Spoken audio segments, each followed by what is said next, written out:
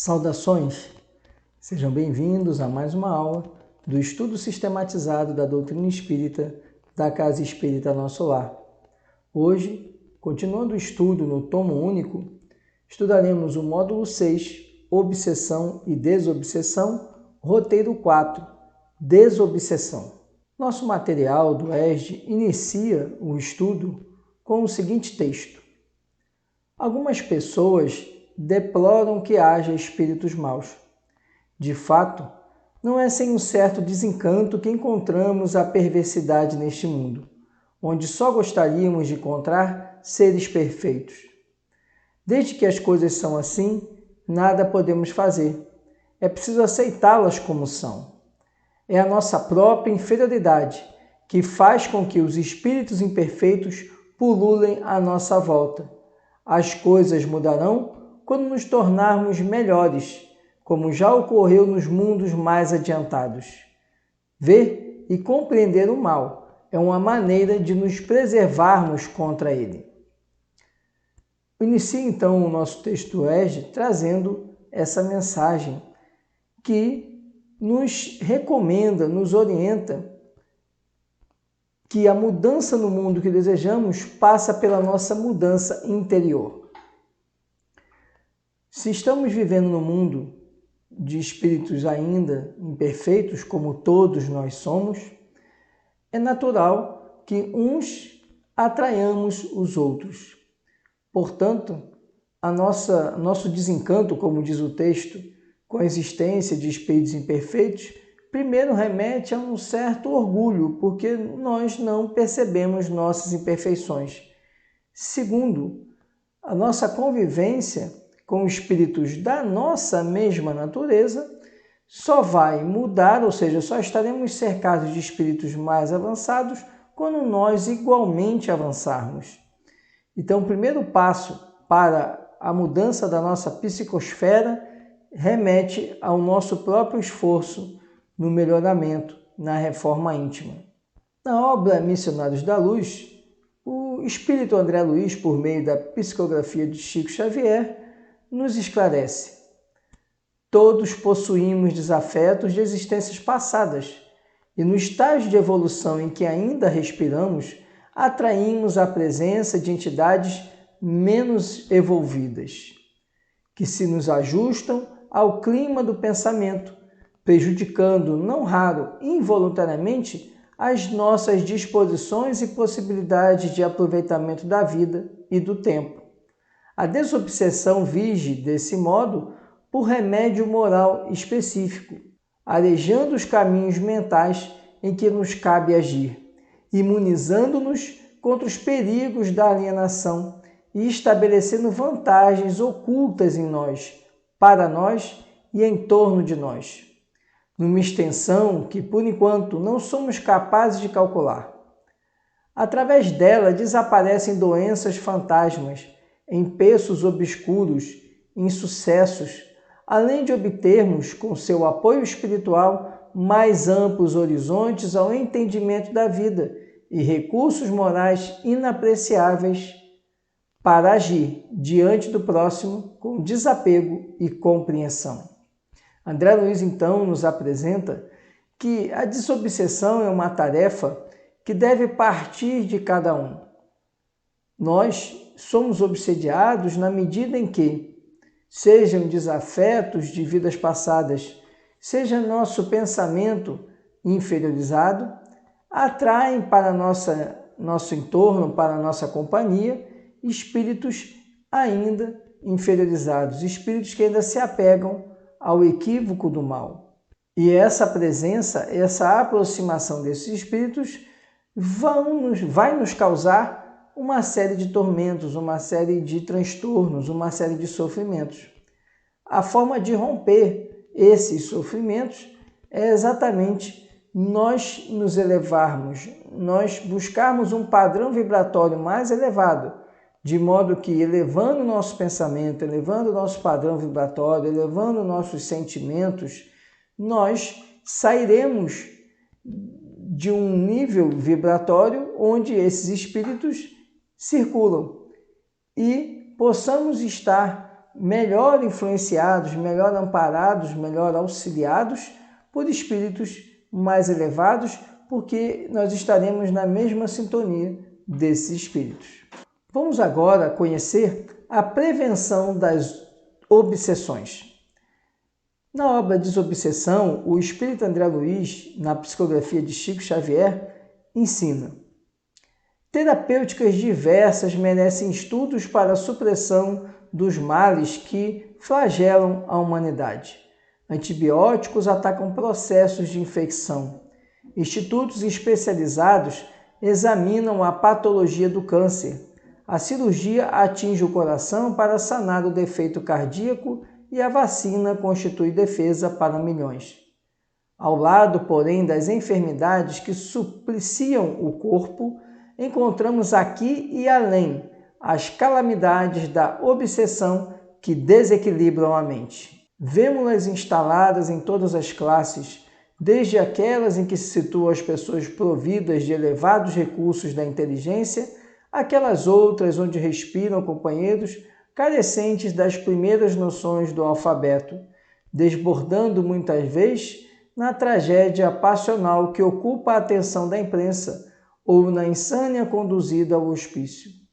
Isso tudo sem relacionarmos os problemas da depressão, os desvarios sexuais, as síndromes de angústias e as desarmonias domésticas. André Luiz, então, apresenta agora o quadro da obsessão. Ele explica que, assim como há doenças que a ciência caminha para encontrar a solução, para encontrar meios de tratamento, meios de prevenção, também existem meios de tratamento, meios de prevenção para as doenças da alma. E essas doenças da alma, elas não escolhem o doente ou o paciente, porque elas atingem a todos. Todos nós que estamos aqui na Terra, no planeta Terra, nós temos nossas deficiências morais, temos nossos desvarios. E esses desvarios é que são o canal, são o caminho para o acesso de espíritos que vão comungar desses desvios e que vão procurar nos mergulhar em situações cada vez mais doentias e sofredoras. É preciso compreender que a obsessão, assim como toda doença do corpo, ela tem sua origem. E compreendendo a causa, conseguimos debelar o efeito. E a primeira causa da obsessão, podem ter certeza, repousa em nós mesmos. Nós damos causa à obsessão. Nossos equívocos, nossas irregularidades, nossas afinidades com sentimentos inferiorizados, nossos pensamentos desviados, tudo isso são meios para que espíritos também inferiorizados, também afinados com essas baixas vibrações, venham nos interpelar, venham nos atormentar. Então, o meio de buscar o término do processo de obsessão ou a prevenção da obsessão, que é o que esse tópico se propõe, é justamente nós mantermos a nossa elevação vibracional, nossa elevação espiritual. Sueli Caldas Schubert, na obra Obsessão e Desobsessão, explica: assim, é necessário considerarmos que em todo o processo patológico, seja do corpo físico ou da alma, a prevenção ou a profilaxia é a base de uma vida sadia. Profilaxia é o conjunto de medidas preventivas que evitem o aparecimento de doenças. No caso da obsessão, sendo esta doença da alma, a profilaxia é de vital importância. Como vimos, existe a obsessão porque existe a inferioridade em nós. Sueli Caldas Schubert agora, então, nos deixa claro que melhor do que tratarmos a obsessão é prevenirmos a ocorrência dessa obsessão. Explica ela que toda doença ela tem uma origem. Essa doença pode ter uma origem no corpo ou na alma. E a prevenção, ou o termo mais científico, profilaxia, um termo mais médico, é o meio adequado para evitar a instalação da obsessão. Assim como temos a prevenção de várias doenças, temos também um meio de prevenir o processo obsessivo. E ela arremata seu raciocínio dizendo: a obsessão existe porque existe inferioridade em nós. Se tratarmos a nossa inferioridade, não teremos margem para processos obsessivos. A prevenção da obsessão consiste na prática do bem e na confiança em Deus. Sendo assim, os espíritos da codificação nos orientam. Guardai-vos de atender às sugestões do espírito que vos suscitam maus pensamentos, que sopram a discórdia entre vós outros e que vos insuflam as paixões más. Desconfiai especialmente dos que vos exaltam o orgulho, pois que esses vos assaltam pelo lado fraco. Essa é a razão por que Jesus, na oração dominical, vos ensinou a dizer: Senhor, não nos deixe cair em tentação, mas livra-nos do mal. Isso está no Livro dos Espíritos, questão 469. Então, a prevenção da obsessão passa exatamente pela nossa reforma íntima, pelo nosso esforço em manter um pensamento elevado. Então, no Livro dos Espíritos, na questão 469, a espiritualidade nos recomenda, nos orienta que nós procuremos debelar, procuremos repelir, evitar aqueles pensamentos que nós percebemos que são influências de espíritos que querem nos manter na baixa vibração.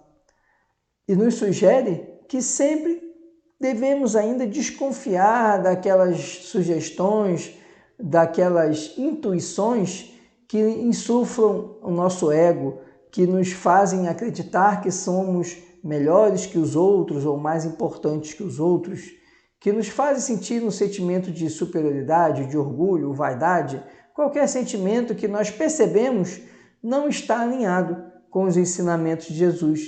E nos sugere aquele trecho da oração do Pai Nosso que nós conhecemos, em que pedimos para não nos deixar cair em tentação. Jesus, então, ali já nos dava a profilaxia da obsessão.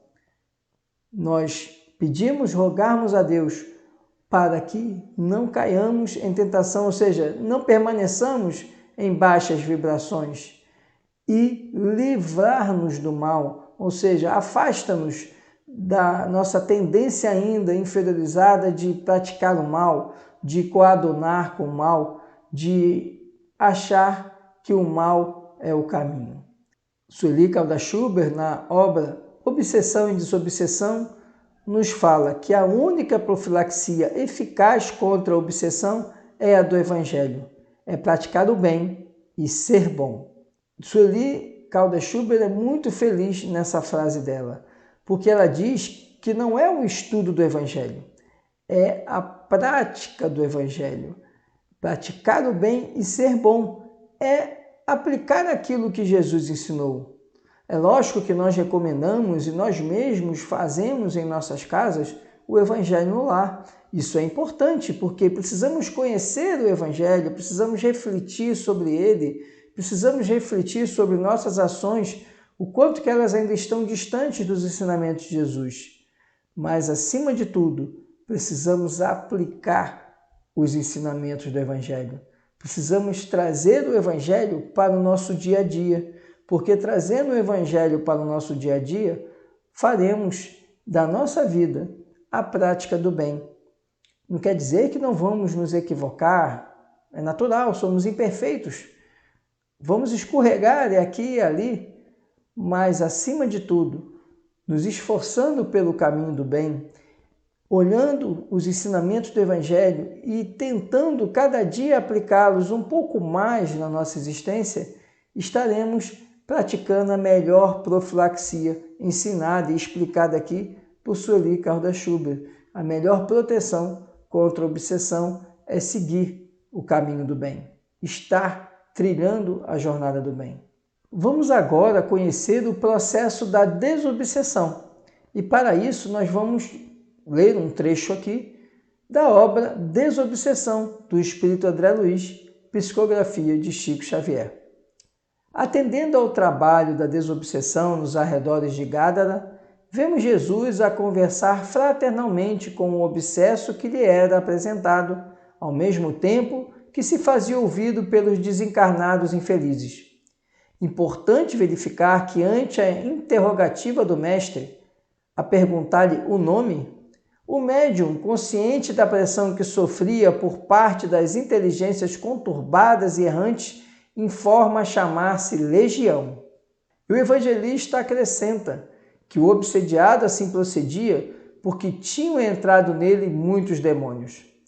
Sabemos hoje com Allan Kardec, conforme palavras textuais do codificador da doutrina espírita, no item 6 do capítulo 12, amai os vossos inimigos de O Evangelho segundo o Espiritismo, que esses demônios mais não são do que as almas dos homens perversos, que ainda se não despojaram dos instintos materiais.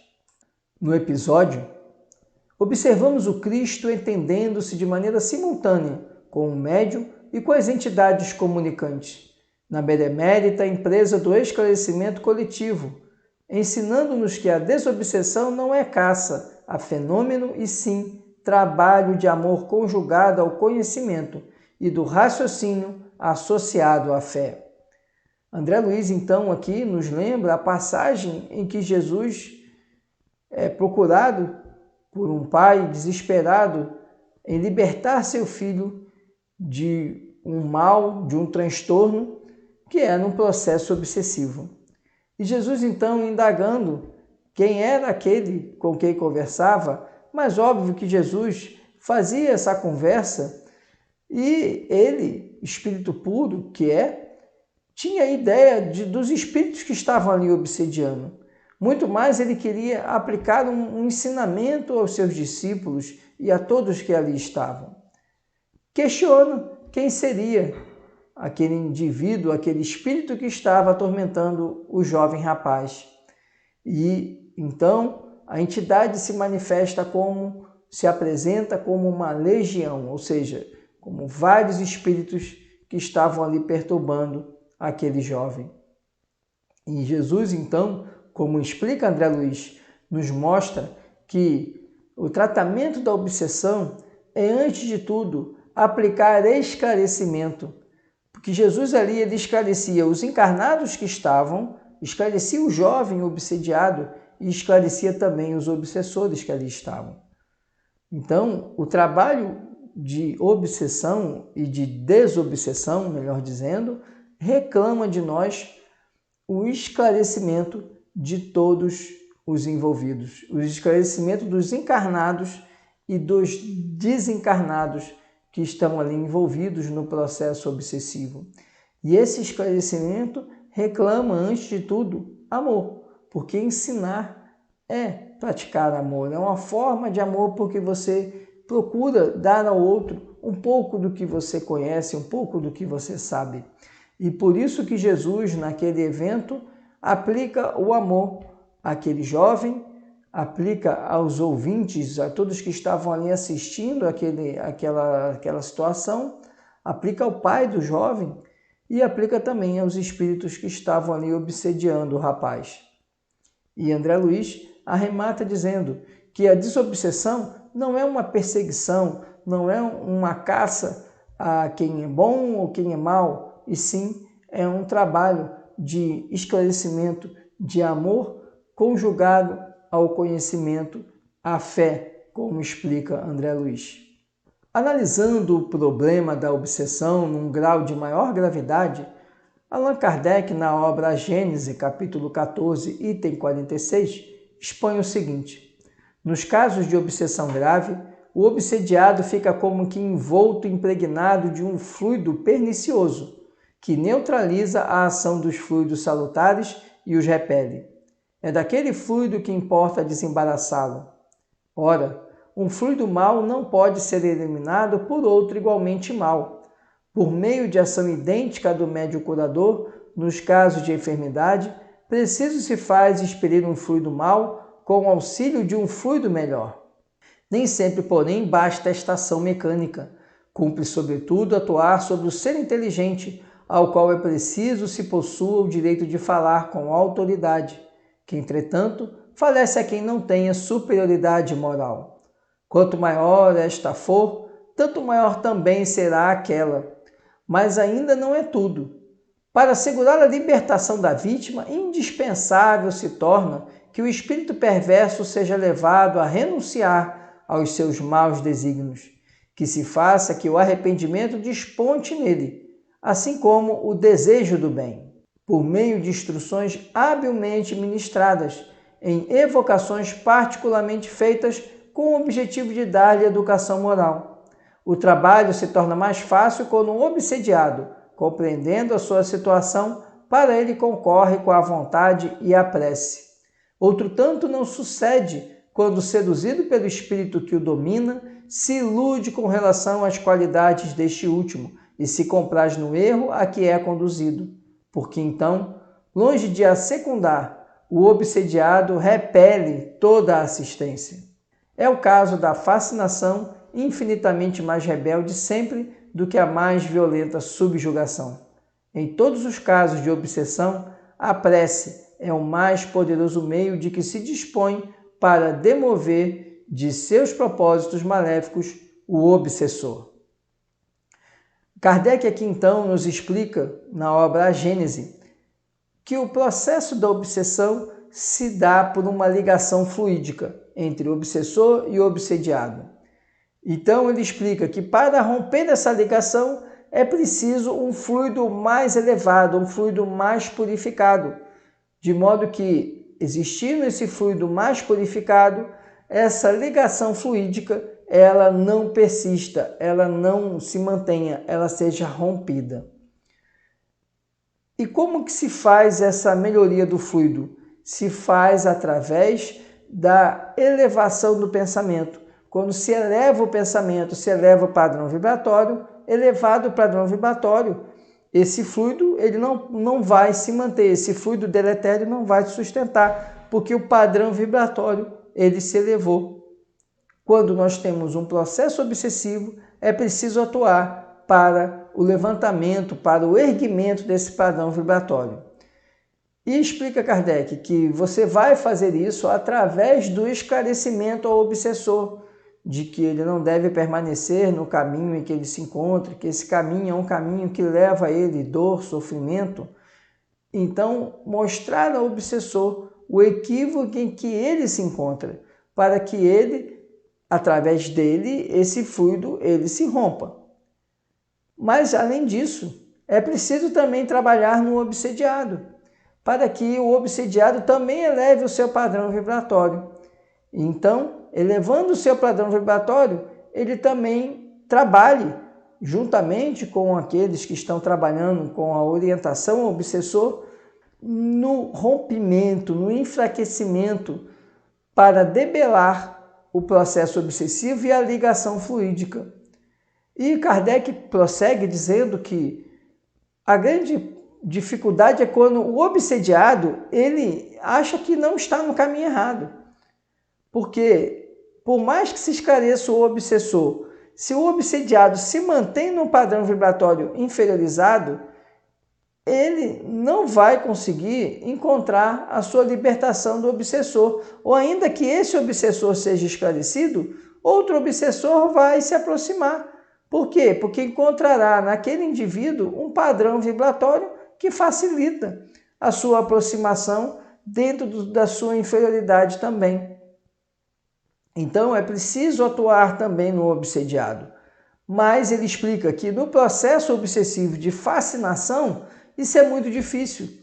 Explica Kardec que é mais difícil do que na subjugação. Por quê? Porque o obsediado, ele se encontra tão crente, tão certo de que o que ele está fazendo é o melhor, de que aquilo que ele está vivenciando é o melhor, que ele não consegue sair desse padrão vibratório, porque ele não aceita estar no caminho errado. então o obsessor vai se manter naquela situação, porque o obsessor ele vai ser esclarecido e, como eu disse, ele pode até ser libertado, esse obsessor, mas outros obsessores virão para prosseguir no processo de obsessão, porque encontrará naquele obsediado o hospedeiro adequado, o ambiente adequado para ali desbaratar ou levar a cabo o seu processo obsessivo, levar a cabo ali aquele pensamento, aquele sentimento inferiorizado que ele se compraz, que ele se afiniza com ele. Então, explica Kardec que o meio mais efetivo sempre para atuar na obsessão e desobsessão é exatamente a prática da prece. Nosso material do ESD prossegue trazendo o seguinte raciocínio.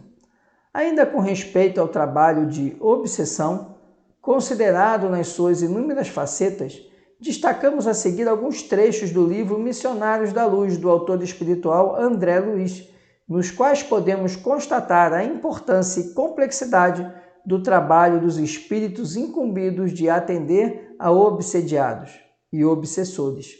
Trabalho esse secundado pelos encarnados participantes das chamadas reuniões de desobsessão.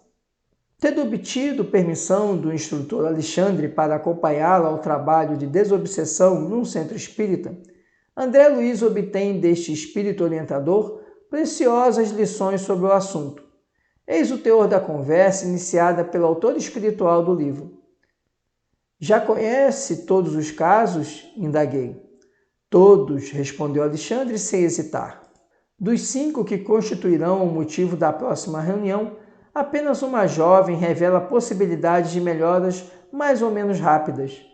Os demais comparecerão simplesmente para socorro, evitando agravo nas provas necessárias. Considerando muito interessante a menção especial que se fazia, perguntei: gozará a jovem de proteção diferente? O instrutor sorriu e esclareceu: não se trata de proteção, mas de esforço próprio.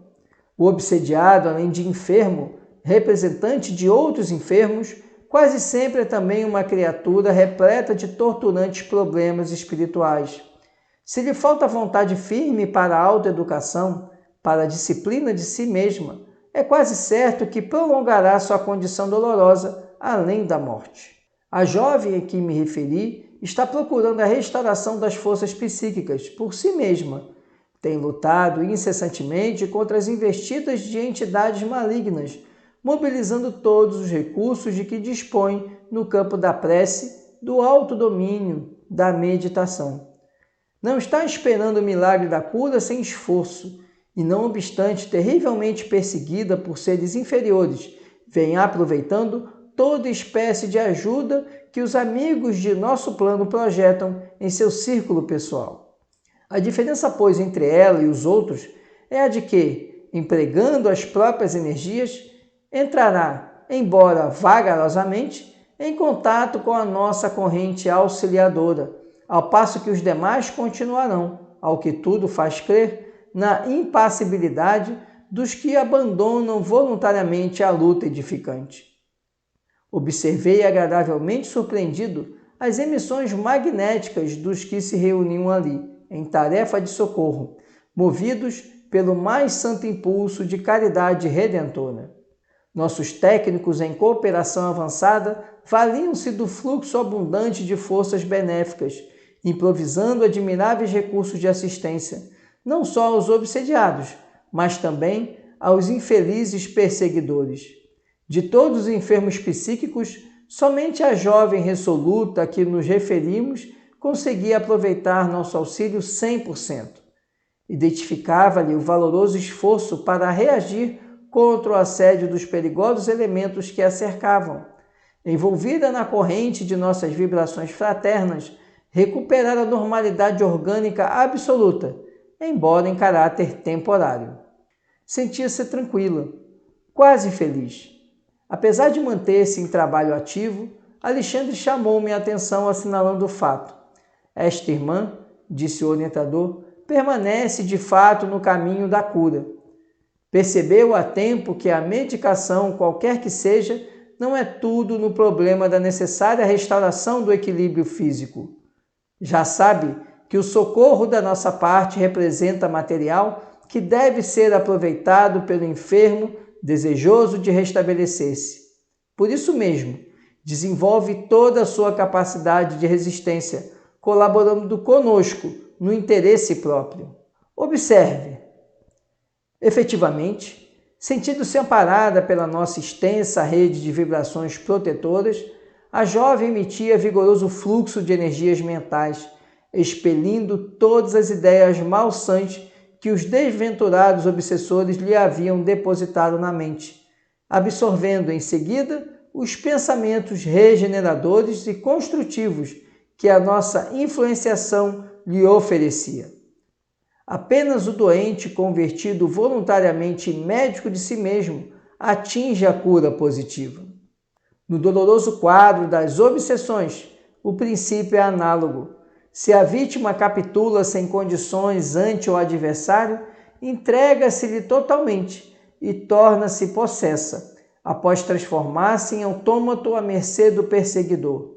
Se possui vontade frágil e indecisa, habitua-se com a persistente atuação dos verdugos e vicia-se no círculo de irregularidades de muito difícil corrigenda, porquanto se converte aos poucos em polos de vigorosa atração mental aos próprios algozes. Em tais casos, nossas atividades de assistência estão quase circunscritas a meros trabalhos de socorro, objetivando resultados longínquos. Quando encontramos, porém, um enfermo interessado na própria cura, valendo-se de nossos recursos para aplicá-los à edificação interna, então podemos prever triunfos imediatos. Veja a situação que se apresenta por André Luiz e Alexandre. André Luiz, então, acompanha um trabalho, uma atividade de desobsessão numa casa espírita. Atividade essa envolvendo 5 encarnados.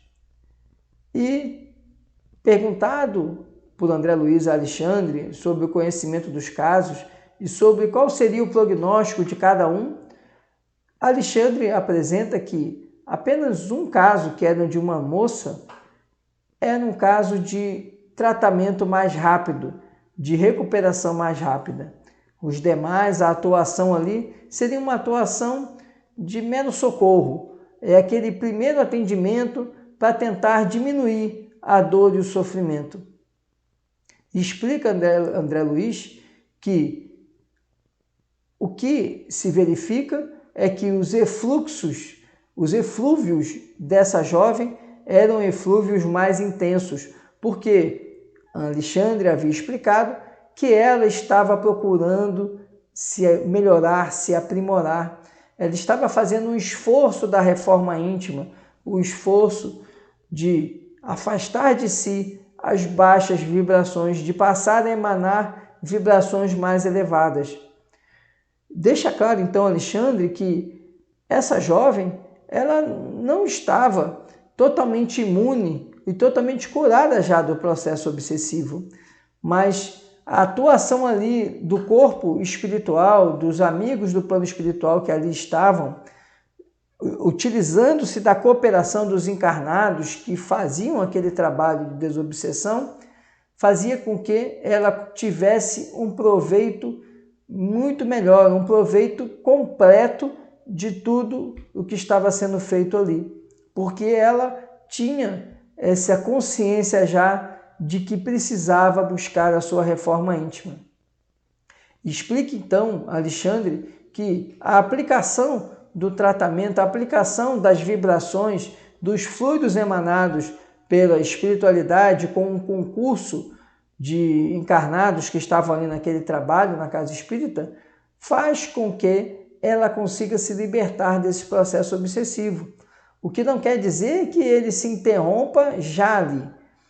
Ela tinha o melhor proveito, mas ela precisava continuar mantendo o seu padrão vibratório. É isso que Alexandre explica a André Luiz. É um trabalho contínuo que ela e os demais deveriam fazer. Embora os demais ainda não tivessem essa consciência da necessidade da reforma íntima da necessidade de se esforçar para trilhar o caminho do bem, ficou claro que ela, por ter esse esforço, teria maiores benefícios, enquanto os demais, embora recebessem ali o socorro imediato, eles precisariam aprender a trilhar o caminho do bem, aprender a buscar a reforma íntima, para que então pudessem se libertar daquele processo obsessivo e também verem libertos os seus algozes, os seus obsessores. É fundamental compreender que na terapêutica da desobsessão, o Espiritismo possui recursos valiosos, auxiliando a combater as influências negativas. No entanto, aquele que se candidata aos benefícios desses recursos, Emmanuel, na obra Encontro Marcado, recomenda: natural esperes auxílio, mas é necessário igualmente que te auxilies. Refaze as forças físicas sob a inspiração da ciência curativa que a providência divina te assegura na terra, mas satisfaze também a medicação da alma, através de leituras edificantes, em cujos textos a doutrina espírita te ajude a retomar o controle de espírito, promovendo o governo da casa íntima. Cultiva a oração, sem esquecer o trabalho sadio que te valorize o tempo e a presença, angariando, sobretudo, alguma atividade beneficente que te faça mais útil à felicidade do próximo, em necessidades talvez maiores que as tuas. Reage contra quaisquer impressões de mágoa ou ressentimento. Evita, quanto possível, as circunstâncias em que a tua posição de convalescente seja suscetível de queda.